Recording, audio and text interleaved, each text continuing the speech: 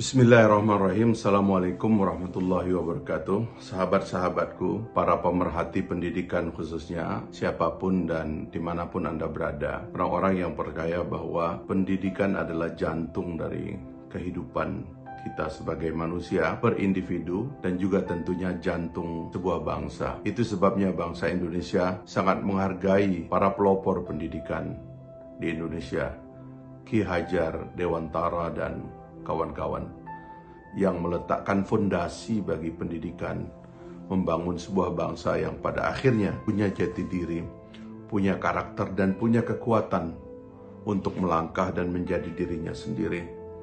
Pada hari ini tanggal 2 Mei tahun 2020, kita kembali mengingat dan memperingati Hari Pendidikan Nasional dalam suasana pandemi dunia COVID-19, dan alhamdulillah kita juga sedang berada dalam suasana bulan suci Ramadan. Saya tentunya ingin sedikit membersamai kita dalam suasana Hari Pendidikan pada tahun ini, di mana menurut saya justru pada tahun ketika kebebasan kita sama-sama kita batasi karena adanya wabah dan pandemi ini, dan lebih-lebih kita berada di bulan Ramadan yang bagi umat Islam disebutnya itu sebagai Syahrut Tarbiyah, bulan pendidikan, karena sebulan penuh ini Allah Subhanahu wa Ta'ala, Tuhan yang Maha Kuasa, menyiapkan sebuah bulan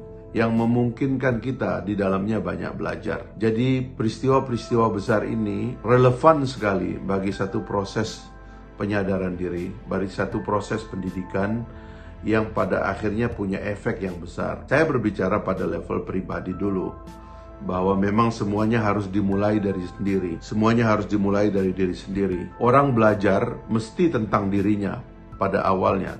Karena itulah ajaran Ibda binafsika, memulai dari diri sendiri, itu paling penting. Kita tidak bisa melakukan perubahan besar kalau pada diri kita itu tidak ada perubahan atau cikal bakal bagi perubahan itu. Dan oleh sebab itu kita harus menyadari betul arti dari pendidikan. Satu proses untuk mentransformasi kita dari tidak tahu menjadi tahu, dari tidak terampil menjadi terampil, dari tidak terlatih menjadi terlatih, dari bodoh jahiliyah menjadi cemerlang, cerdas, berperadaban, beretika yang tinggi, memiliki kesadaran yang luas, terlatih jiwanya, terlatih pikirannya, dan juga terlatih bodi dan badannya. Ini semua adalah hasil dari pendidikan. Dalam tradisi agama Islam, gambaran tentang pendidikan itu ada pada kemampuan-kemampuan nubuah atau kenabian. Nabi dianggap memiliki beberapa sifat yang disebutnya itu sidik, tablik, amanah, dan fatonah. Sidik itu artinya orangnya itu lurus, ya, jujur.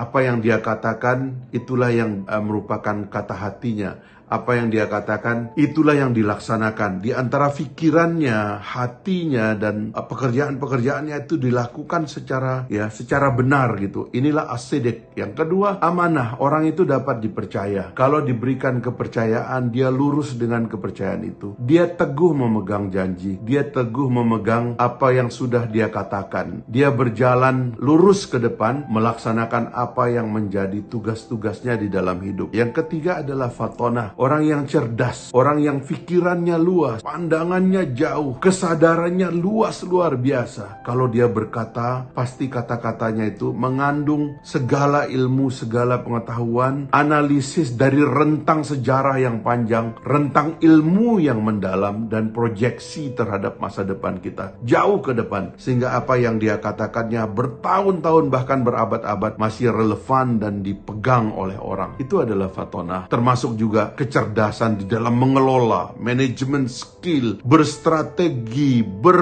kompetisi, dan seluruhnya yang memungkinkan dia menjadi pemenang. Yang terakhir adalah tabligh, ya. Tabligh adalah perlambang dari kemampuan berbicara, kemampuan menyampaikan apa yang menjadi pesan sehingga ditangkap oleh umat manusia, ditangkap oleh orang, punya efek kepada pembaharuan, punya efek kepada perubahan, punya efek kepada perbaikan. Itu adalah tabligh. Kalau karakter-karakter itu dimiliki dimiliki oleh seorang nabi. Maka kalau kita ingin memajukan bangsa ini, maka karakter-karakter yang baik itu harus ada pada individu bangsa Indonesia, pada diri kita dan pada diri masyarakat kita. Satu masyarakat yang tertransformasi dari kebodohan, dari ketidaktahuan menjadi kemajuan dan peradaban. Kira-kira itu yang digambarkan dalam masyarakat Badui dalam tradisi Islam itu, yang kemudian menjadi bangsa yang berperadaban. Demikian pula juga kita bangsa Indonesia pada saat kita merdeka 1945, dan sebelumnya kita dianggap oleh bangsa-bangsa yang menjajah bangsa Indonesia dan datang ke Indonesia ini secara bergantian itu sebagai bangsa yang terjajah, sebagai bangsa yang tidak layak merdeka, sebagai bangsa yang layak dirampas seluruh kebebasannya, sehingga mereka cuma boleh disuruh bekerja saja, ya kan, seperti mesin bekerja, lalu makanannya dijatah, ya kadang-kadang tidak diberikan istirahat, ya kerja roji, kerja romusa, dan kerja paksa apapun, karena kita hanya dianggap sebagai mesin produksi dalam kapitalisme yang kotor, ya kaum kolonial, ya mereka-mereka yang datang untuk merampas kebebasan kita, dan kita dianggapnya hanya sebagai mesin pertama-tama. Kedua, nanti setelah menjadi mesin, tanah kita dirampas sebagai sumber dari produk-produk bahan mentah yang mereka produksikan bagi kepentingan kapitalisme mereka. Lalu kalau kita sedikit nanti dikasih ongkos, punya daya beli, lalu kita kemudian dianggap pasar oleh mereka. Begitulah cara berpikirnya kolonialisme, imperialisme yang bercokol lama di negara kita ini, karena mereka simply tidak percaya bahwa kita ini bisa berdiri di atas kaki kita sendiri. Kita ini bangsa bodoh, memang bisanya cuman bekerja untuk melayani para penjajah itu, nanti kemudian hasil buminya dirampas dan kita disuruh untuk ngolah sebagai bahan jadi dan bahan mentah yang mereka pakai untuk kepentingan kapitalisme dan industri mereka.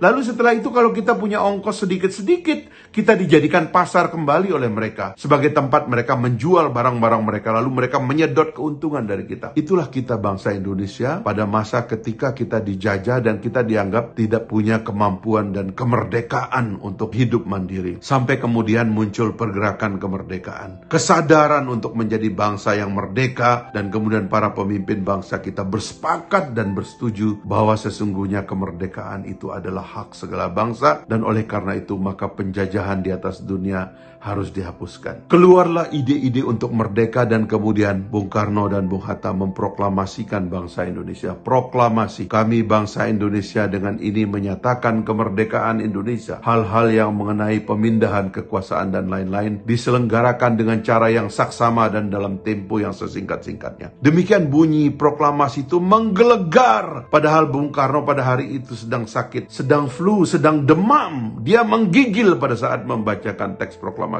itu. Tapi kemerdekaan itulah yang menyebabkan kemudian bangsa Indonesia hadir dan mempertahankan bangsa Indonesia sampai titik darah penghabisan. Setelah sangsaka merah putih yang dijahit oleh tangan mulia ibu bangsa kita, Ibu Fatmawati, gadis Bengkulu yang kemudian menjadi istri Bung Karno. Bung Karno mengatakan dalam suasana demam di tempat tidurnya, dia mengatakan dengan menggigil, paling tidak setelah sangsaka merah putih dikibarkan di halaman Pegangsaan Timur ini, maka seluruh bangsa Indonesia sudah tahu, jutaan bangsa Indonesia sudah tahu bahwa Indonesia telah berdiri, merah putih telah dikibarkan. Maka barang siapa yang ingin menurunkan bendera merah putih, dia akan berhadapan dengan seluruh bangsa Indonesia. Demikianlah hari itu kita merdeka. Kita memulai sebuah perjalanan sebagai bangsa yang merdeka. Oleh sebab itu kalau kita ringkas makna dari pendidikan itu adalah pemerdekaan. Menjadi bangsa yang merdeka, merdeka diri kita, merdeka bangsa kita. Nah, inilah yang sedang kita lalui sekarang, ya.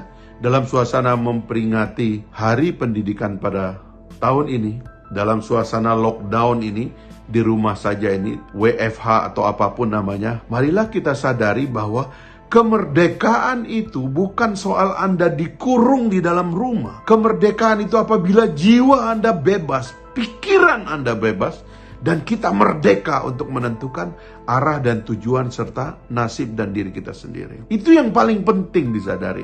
Karena itulah yang akan membesarkan bangsa ini ke depan. Tidak ada masa depan bagi orang yang jiwanya terperangkap, pikirannya terkungkung, dan badannya tidak bisa bergerak kemana-mana. Tapi masa depan adalah bagi orang yang jiwanya merdeka.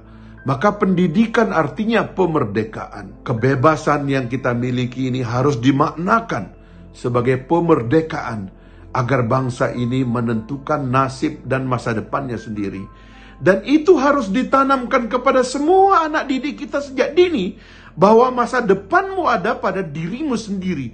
Keberanian mengambil tanggung jawab dan keberanian mengambil keputusan untuk menentukan